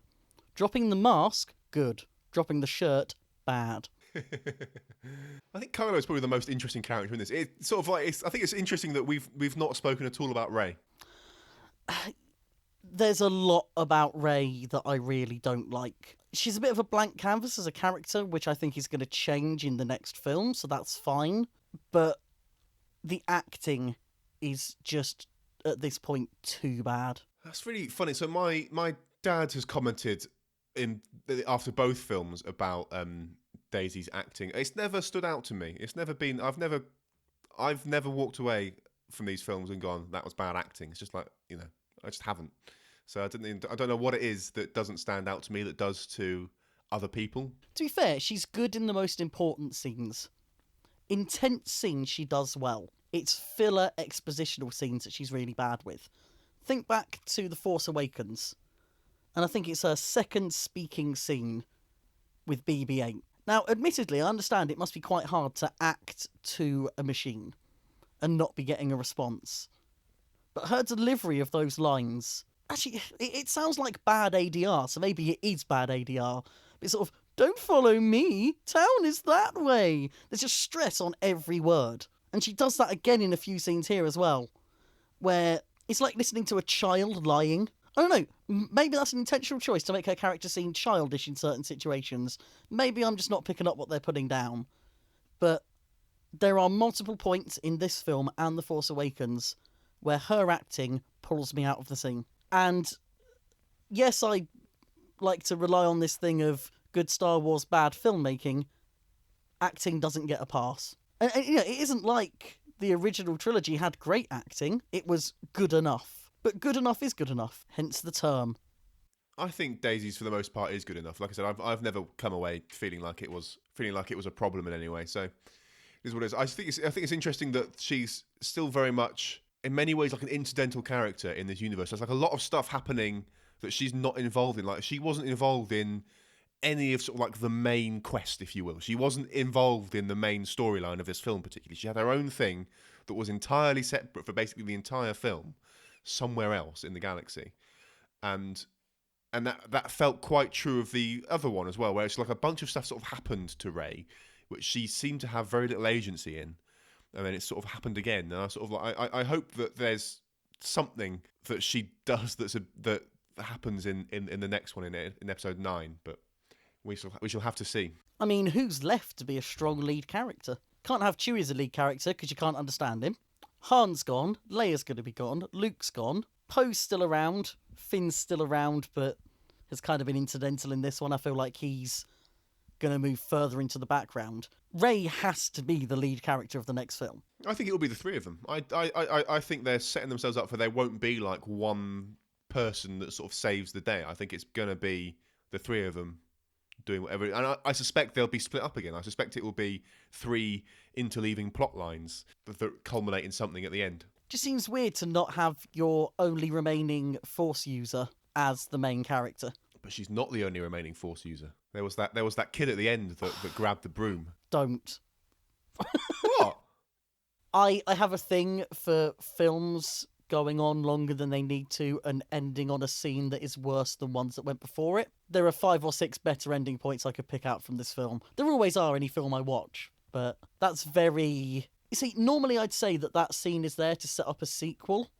It's not. The end of The Force Awakens was there to very clearly set up a sequel. That feels like new trilogy fodder. I think it's sort of showing just like the in the bigger universe, like the sort of the arc of the Force in universe, as I sort of see it, is you've got the prequels that are sort of showing the height of the Jedi, Force users everywhere, all big deal, and then throughout the original trilogy, it's sort of like the decline of like all the Jedi get wiped out, all the knowledge gets lost, and then the Force is much less of a thing in the universe for a long time there. And then you've got The Force Awakens, which is sort of the point is, and now people are going to start being like instinctively using the Force again. The cycle begins again, and I think you sort of see, you got Rey, who's we learn in this form is a nobody, and she's Force sensitive, and then you see this other kid just sort of instinctively grabbing a broom using the Force, and I think it's just sort of showing that in the wider universe, things are waking up again, things are coming back to fruition, and you're gonna. Setting themselves up for more Force users everywhere. Yeah, I think we're moving towards a Jedi-less Force, essentially, aren't we? Yeah. Force for the people. But that doesn't mean that they're going to be able to... I mean, they'd be stupid to introduce a main character who is a Force user in the next film when they already have one. I suppose that's more the point I'm making there. Yeah, I mean, I think you're probably right that they are setting themselves up for more films. I mean, this is going to be the Disneyfication or the Disney Marvelification of Star Wars. They've got the Han Solo film, I think, next year, and then Episode 9 the year after, and then there's lots of talks about a film about Obi-Wan, which will probably be the year after that, and then there's all the other things that they could do. I think they're just going to do, like, every year there's going to be another film in the Star Wars universe, and I hope some of those will be good. I expect a lot of them will be a bit mad or mediocre. And I think it'll be just like all the Marvel films, where they're sort of like fun to watch, but they're not particularly significant filmmaking. I personally would be fine with that. I don't know about you. I enjoyed Rogue One. Rogue One was good Star Wars. I think I'm all right with it. I think the thing is, because Star Wars has this history where, Star Wars, like Episode 4, won like awards for its editing and stuff, those films, they do stand up as, I'm sorry to say it, they are good filmmaking. I sort of joke about the wipes and stuff, but they work in that film. And they are sort of stand up. They are really important pieces of art in culture, and I don't think you can say the same about, not right now anyway. I don't think you can say the same about most of the Marvel stuff or any of the Marvel stuff. I'm sure given time, some of it might stand out in 10 years or whatever, but I doubt it. And I think the same will be true of all the new Star Wars films. I think you'll have the prequels that will stand out for how bad they were in comparison to the original trilogy. And then you'll just sort of have just this never-ending stream of mediocre films that make a buttload of money at the box office or whatever, but don't sort of like, they're not these lasting pieces of art in the same way that other films are.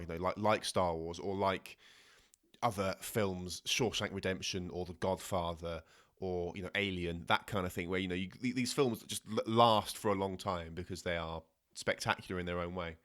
I don't think you're going to get any new Star Wars films that are like that. But they don't need to, because they ride on the cult status of the original. No, I'm not saying they do need to. I just think that's a shame. For me, I sort of think what I would like is more Star Wars like Star Wars that is spectacular. And I don't think that's ever going to happen. And it's fine. It is what it is. But I do think it's a bit of a shame. I mean, I want to say that The Force Awakens almost gave us that. But I think it had time on its side. Whereby when you sat down in a cinema to watch that and the music started and the crawl came on, it was always going to be amazing. Whereas for this one, that was completely non-impactful. But I do still maintain that The Force Awakens is up there with the original trilogy. It has some flaws, but so do they. And I think it really carries the spirit of it beautifully. Whereas The Last Jedi?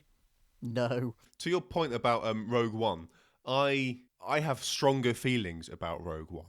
So like the Force Awakens, I came out of being like, yeah, that was good. It's a good Star Wars film. I enjoyed it, and that was it. Whereas I think there's more in Rogue One that I sort of really like, and there's more about Rogue One that I really don't like as compared to the Force Awakens, and there's probably as compared to the Last Jedi as well. Rogue One is for me like a film full of what ifs. It's sort of I look at that and I sort of I want them. The idea that they had for that film was really good, I think. And I think the original script that they had for that film was really good. And I think the original film that they shot for that was really good. But I think it was ruined in editing and in reshooting, and they toned a lot of characters down. Like you've got Jyn Erso is like the main character in that. And from the trailers and from what I sort of have read about it, you sort of see the character that she was meant to be. I think she was meant to be a much more aggressive, a much more rebellious, untrustworthy, unpredictable person than she turned out to be in the original thing. I think they sort of like made this film that could have been really good, and then they've got a lot of that still in there. But then I don't know if it was the mouse that made them turn it down or something else. But they sort of toned everything down a little bit in post production.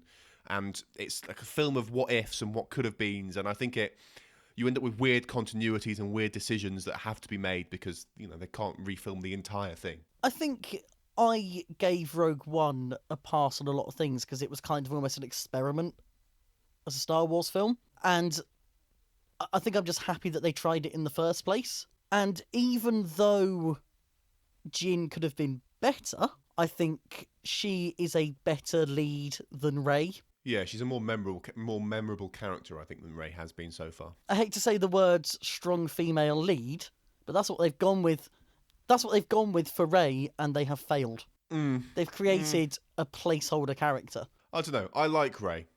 I do like Rey. I accept Rey, and that's about as far as I can go. I'd like to see more of her character development, but I do like that character. I don't think that she needs to be the take charge of everything and be a big hero to be a successful character at all. No, but she needs to do something. She's doing something. She's learning about the Force, and she went and like unburied the people. I really hope there's a good payoff for her in Episode 9, and if there is, everything will be good. The problem is, I don't see how that's going to happen. This film was an opportunity to set up a payoff for her by her actually learning something. But right now, who's left for her to learn from and become anything? She's got I'm pretty sure she's got all the Jedi texts. I'm pretty sure that she took those before Yoda burnt them, or burnt the tree. I mean, Yoda said there's nothing in that tree that she hasn't already got, and I think the implication was Rey took the books before she left, and there's nothing left in there. I could see them doing that. I don't know what value that would carry for her. I mean, the other thing is she seemed pretty competent with the Force when she arrived at the Rebels planet, right? She moved all those rocks, pretty effortlessly. I mean, that was sort of like the biggest display of her sort of in control of the Force that we'd sort of seen so far. So, I think she sort of got a sense of it when she was with Luke and he was saying, "Oh, reach out" and all that kind of stuff, and they ruined that scene with stupid humour as well. But all that scene, she's certainly a little bit there, and I think she's got all the books and stuff, and she's probably got about as much information as training as Luke got in the first place. So, it's. I think it's fine. I think, and she's shown that she can use the Force, and hopefully cool things will happen. I think everything we've seen so far comes under the banner of raw strength. I don't think there's any finesse to what she's doing, which is kind of what you would expect. I don't know how I could put this. I'm thinking of it in football terms almost, which isn't necessarily helpful in terms of a sort of unrefined but talented player who, just happens to be quick or happens to be strong and makes the most of that, but could be so much more if they actually learn what they were doing. I wouldn't expect Rey to have any finesse at all. Like, she's got no reason to have any finesse. Yeah, I'm not saying she should at this point, but at the same time, there's no way that I see her developing that, and I feel like it would be very un-Star Wars for her to carry on this way. I don't expect her to sort of be like prequel levels of agile and mastery of swordsmanship and all that kind of stuff, but I would sort of say that she's going to get better with practice and stuff, and she's, like I said, she's got no reason to stay being like unrefined. I think over the course of Episode 9, it's very reasonable for by the end of that her to be a competent, confident Force user. I mean, you think like Luke got not a lot of training really, and he comes into like Jabba's palace full of his swagger and stuff, being all confident, and then but then by the end of his sort of all the Star Wars films, you sort of like he is a competent Force user. Like he does know what he's doing, and then he clearly learns more since then up until episodes 7 and 8 or whatever. It's sort of like, and I think he will have learnt it from the same thing that Rey has got now. He will have learnt all that from the books and from just experimenting and feeling the Force and just seeing what happens. And I think Rey is just as capable of doing all that as Luke was. I suppose the issue I have is that I see him as having had a lot more guidance early on. But I don't think he had a lot more than Rey would have done. I mean, he went from like farm boy to maybe a couple of weeks with Yoda, and then by the end of this one, he's Force projecting himself across a galaxy. It's sort of, where did he learn to do that? And Yoda wouldn't have told him how to do that. He left Yoda complaining that his training was incomplete. So there's that, and I think the same. There's no reason that Rey couldn't do that. There's no reason that she couldn't just sort of sit and study and meditate and all that kind of stuff. The same way they all figured out in the first place. There's no reason that she couldn't at least start on that road. I'm not saying that by the end of 9 she'll be Force projecting herself across a galaxy, but she can start down that road and then start passing that knowledge on and around and stuff. Like I think there's a lot of room for her to grow, and I think she will. I suppose all of those things are things that whoever writes it could do and it have enough eternal logic for people to accept. So I suppose they are all possibilities. And I think I'm looking for a perfect solution, which I suppose isn't the Star Wars way. I mean, the other thing about Rey that you sort of touched on is raw strength. I mean, it's commented on by a couple of characters that she has just a lot. She's a very in touch with the Force. She's got the potential to be a very strong Jedi. And I think that's going to, aid her in developing and refining her skills as well. The one thing she hasn't really had yet is enough of a flirtation with the dark side. So maybe that's what's coming up for her as well. And I think if she were to end up looking for a mentor, it would be in that direction, because who's left in any other direction? What kind of dark side stuff would you expect from her? I mean, it's like Luke commented that she went straight to the dark side, straight to the dark place when she was doing the whole reach out thing. She then actually physically went there when she needed help. She's like, well, Luke's not going to help me. She already went straight to that pit and got nothing out of it particularly useful. And I think she seemed pretty tempted by the idea of teaming up with Kylo. So I think she's already, throughout this film, I think she's sort of flirting with it. She doesn't act on it particularly, but I don't know, she does. I sort of know what you mean, but equally I think she does. She has looked at the dark side. I think it is something that tempts her and stuff. So true. I suppose I have ignored Butthole Bay there. But I mean, she hasn't had the sort of... This is where my sort of Star Wars knowledge kind of lets me down a bit, but she hasn't had that sort of... I'm trying to think of how to put this. When I think of dark side stuff, I think about this idea of misuse of power. So far, all her use of power has been well-moraled and well-reasoned. She hasn't had that sort of temptation to kill in cold blood or anything like that I would look at as real dark side stuff. And I feel like that needs to be challenged next time round. She needs to have opportunities to misuse what she's got. I mean, yeah. I mean, so far she just hasn't. She's never been in a situation like that. And I'm trying to think if Luke was ever in a position where he misused it. I mean, you sort of get through his costuming and stuff, you get the sense that he's not as light as, because so he goes from wearing white robes and he's wearing a lot of dark clothing for one, and then by the end of it, he sort of starts wearing white stuff again. So sort of there's sort of in the costuming, there's a sense that he's maybe doing things. He does things like force choke people, but he's not. To your point about where it's coming from, I can't think of a time. I'm not saying there isn't a time, but I can't think of a time where he did something immoral for the sake of being immoral. Well, I suppose the one time we see it in this film is the potentially killing men. But even that is moraled in a way. There's that, but in terms of his early life, it's sort of because you're comparing the Luke's decisions in later life to I'm sort of thinking in terms of Luke in the original trilogy, because that's sort of the closest parallel I think we have to Rey, for better or for worse. And I sort of I think the worst thing that he does is he sort of with all his confidence, he sort of force jokes people as he walks through to Jabba's palace and stuff. It's sort of that's the only other time we sort of see him doing sort of almost abusing it. He's sort of I'm just going to waltz through here because I'm a Jedi and I've got the Force. I'm going to push you out of the way. I'm going to kill or knock you out or whatever. It's sort of there is some of that, but equally it's sort of he's doing it for the right reasons, I think. Luke's big temptation comes from Vader, really, and that idea that I think he's there's a sense that it's potentially a sort of destiny thing for him to go that way. So that's a thing he's having to actively fight against and could easily not fight against. Yeah, I mean, to your point about Vader, like the only time that I think Luke comes even close to something like that is in his big fight with Vader at the end in episode 6. It's sort of like, when he overpowers Vader because he loses his temper. And and maybe Rey will get a similar thing. I don't know, but my point with all this is that it's not as if Luke was trialed with the dark side from day one, and I wouldn't expect Rey to have been either. When you look at most of the times that Rey has used the Force, it's been either out of fear or out of some other strong emotion, which to me is something of a dark side trait, I suppose. The idea of people who are using the Force correctly are doing it in a calculated, calm way. But I suppose that's also true of Luke early on, in a sense.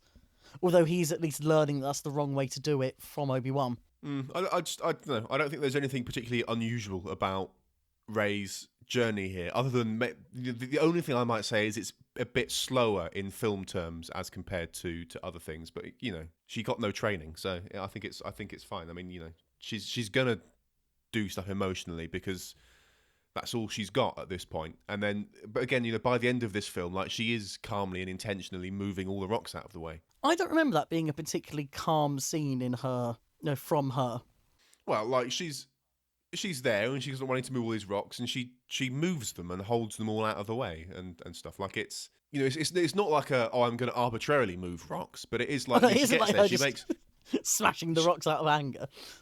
Well, you see like training montages of arbitrarily stacking rocks. Where it's not like she's doing that, which I think is the epitome of like calmly manipulating the Force. But so she's got like a sense of like urgent purpose. She needs to move these things, get out of the way. But she's not like she's sort of screaming and throwing the rocks everywhere. She's moved the rocks like any other Jedi would have done, and I think that's Yeah, she has the presence of mind to calm herself in order to do it, I suppose, doesn't she? Yeah. I think, I was going to say, unless you have any other like major things you want to touch on, then we can probably call this good. I mean, I probably do. I have a lot of notes. I'm just going to quickly look through and see if any of them really bear bringing up on their own. I will say, I think Yoda was a puppet, and if it wasn't a puppet, it was very good, like very well animated to look like a puppet, which I appreciated. Yes. If it was a puppet, I'm glad it was a puppet. Funnily enough, I was just looking through my notes and was about to bring up Yoda on that exact same point. Were you sort of okay with him being brought back like that? I think someone needed to kick Luke, I think, and it clearly wasn't Rey, so who else would it have been? It was nice having cheeky, senile Yoda as well. Yeah, I mean, there's sort of like no reason for him not to be there, and it was one of those sort of like when you sort of see characters forced into scenes that's weird and annoying, and that's weird and annoying. But in this one, it's sort of like, I think it was fine. I think Luke needed a little kick, a little reminder about what was going on. And, Yoda, I think, was the right character to do it. And they did it well. It wasn't like he was sort of like in the background somewhere or there spouting too many jokes. I think he was, as well as could have been done, really. Like, it was fine. Far better than the creepy CG Yoda in the prequels. There is one other character that came in to give Luke a kick, and that was R2 as well, who I thought was very well used. Oh, yeah, I'm glad they're not... Yeah, R2 and 3PO aren't really in this very much, which is nice. Well, if we're letting the old things die, then that is something we can let die now. R2, I still like. I think C-3PO is well past his usefulness, although at least he's got rid of the red arm, so that's something. Oh, was that 3PO with the red? I had no idea. I didn't recognise him either. I think I would. This is going to sound, given my complaining about like random cameos from characters shouldn't be there. I think I'm right in saying that 3PO is the only character that's been in all the films, all the main quest films. So if he's not in 9, that would be a bit weird. Bring him in at the very end or the very beginning. Fine. Don't give him any plot stuff. At the very end would be a nice. It'd be like poetry. It would rhyme. Because he was the first character that you saw in Star Wars. And sort of like, round this sort of trilogy of trilogies out with 3PO would be a nice sort of like completing the circle. Can we ditch Chewie at this point? I think they're all going to be in this film in episode 9, and then I think that'll be sort of it for these sort of like for that story. I think everything after that will be probably just like standalone-y type things. Probably, I don't know though. I wouldn't expect to see Chewbacca very much, if at all, after episode 9. I mean, we didn't really see much of him this episode. What did we see from him? Well, there's no reason to see a lot of him because you know we know Chewbacca through Han, and Han's not there, so it's sort of like, you know, those two sort of come as a pair really, and so it's, you know, it doesn't surprise me that he's not in it too much. But he's basically become Rey's chauffeur at this point, which feels a bit weird. I'd rather see him and the Falcon just go off and have their own life. Maybe that'll happen. Actually, that feels like an ending of 9 kind of thing, doesn't it? Yeah, Not I don't think they wouldn't do that here. Thing. No, that would be right. Yeah, I think at the end, I'm sure there'll be a lot of endings in the end of 9. There'll be lots of points where they could end the film but don't, because they've got to try and say goodbye to all the characters. Everyone's going to either die or fly off into a sunset. Maybe a binary sunset. Maybe. The music in this was really good. That's the last thing I'm going to say about it. Is I thought the music was really good. It always is. And I think it's the one thing that makes going to the cinema to watch it worthwhile. I think the music is always good, but I sort of point the music out in this one in a way that I didn't with The Force Awakens, because I do think this is better than that. It stands up a little bit higher, I think.